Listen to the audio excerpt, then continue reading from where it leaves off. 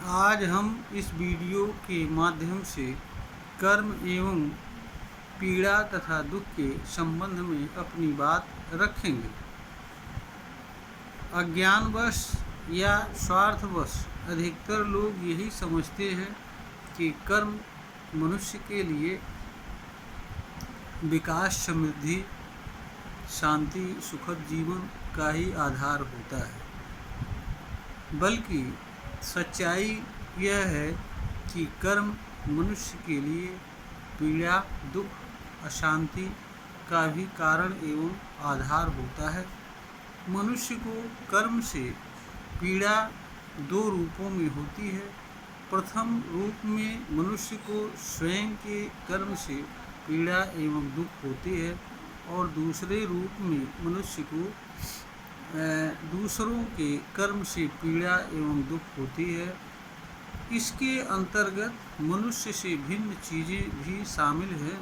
मनुष्य को मनुष्य से भिन्न चीज़ों के भी क्रिया एवं कर्म से पीड़ा एवं दुख होता है। मनुष्य को जो पीड़ा एवं दुख दूसरे मनुष्य अथवा मनुष्य से भिन्न चीज़ों से होता है, उसके संबंध में मनुष्य के पास अलग अलग तरह के अनेक रूप में बचाव के साधन उपलब्ध हैं और मनुष्य बहुत सारे साधनों का उपयोग भी करता है और बचाव भी करता है।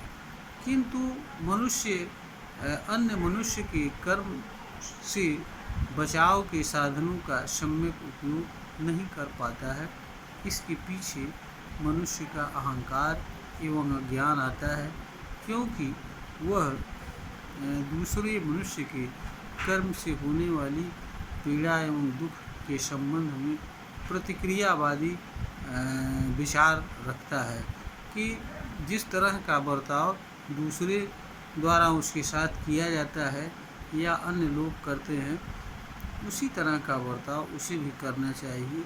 इसी में उसका कल्याण है। इस प्रतिक्रियावादी विचार एवं धारणा के कारण ही मानव समाज में अनेक तरह के मारपीट, संघर्ष, विवाद और अन्य अनेक तरह की समस्याएं जन्म लेती हैं।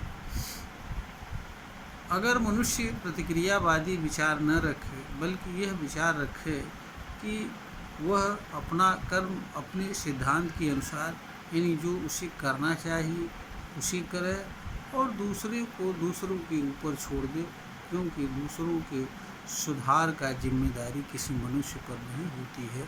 क्योंकि मनुष्य जब तक स्वयं नहीं सुधरना चाहता है, तब तक दूसरा कोई लाख प्रयास करे, किसी मनुष्य में किसी तरह का कोई सुधार नहीं होता है।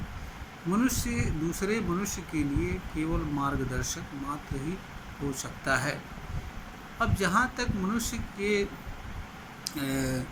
को स्वयं के कर्म से होने वाली पीड़ा एवं दुख का साधन है, यहाँ पर मनुष्य को कर्म परिवर्तन के माध्यम से पीड़ा एवं दुख से बचाव का साधन उपलब्ध है। कर्म परिवर्तन किसी मनुष्य के द्वारा तभी संभव होता है जब उसे कर्म का सम्यक ज्ञान हो, क्योंकि मनुष्य कर्म परिवर्तन कर्म के चुनाव एवं चुने हुए कर्म से संभव होता है और कर्म का चुनाव एवं चुने हुए कर्म की क्षमता एवं शक्ति तथा विश्वास मनुष्य के अंदर तभी बैठ पाता है जब उसे कर्म की पूरी ठीक तरह से जानकारी हो, या यह कहिए कि मनुष्य को कर्म का सम्यक ज्ञान हो, तो वह अपने लिए ऐसे कर्मों का चुनाव कर सकता है जो कर्म उसे पीड़ा एवं दुख देने वाले न हों तथा जो कर्म उसके लिए सुखद एवं शांतिमय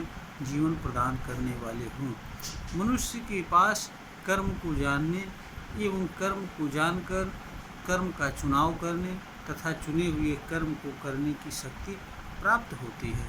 मनुष्य अपनी इस शक्ति का सम्यक रूप से चुनाव कर सम्यक रूप से उपयोग करके अपने लिए ऐसे कर्म का चुनाव कर सकता है जो उसके लिए सुखद, शांतिमय एवं सुरक्षित जीवन का आधार एवं कारण बनने वाले हों तथा मनुष्य इसके माध्यम से ऐसे कर्म को करने से विरत रह सकता है या दूर रह सकता है जो कर्म उसके लिए अथवा दूसरों के लिए पीड़ा एवं दुख का कारण बनने वाले होते हैं। इस तरीके से मनुष्य स्वयं के कर्म से तथा दूसरों के कर्म से होने वाली पीड़ा एवं दुख से बचाव करता हुआ इस धरती पर सुखद जीवन जी सकता है। किसी भी मनुष्य के लिए यह कभी भी उचित नहीं हो सकता है कि वो स्वयं के कर्म से पीड़ित रहे, दुखित रहे और दूसरी मनुष्य और मनुष्य से भिन्न चीज़ों के क्रिया एवं कर्म से पीड़ित एवं दुखी रहे। जहाँ मनुष्य के पास बचाव के साधन उपलब्ध हैं तो मनुष्य के लिए यह आवश्यक होता है कि वह बचाव के साधनों का सम्यक उपयोग करते हुए सुखद जीवन यापन करे। इसी में मनुष्य एवं मानव जाति का कल्याण है। यह वीडियो ज्ञानवर्धन हेतु बनाई गई है। श्रोता को अगर पसंद आए तो इसे लाइक करें, शेयर करें और सब्सक्राइब करें।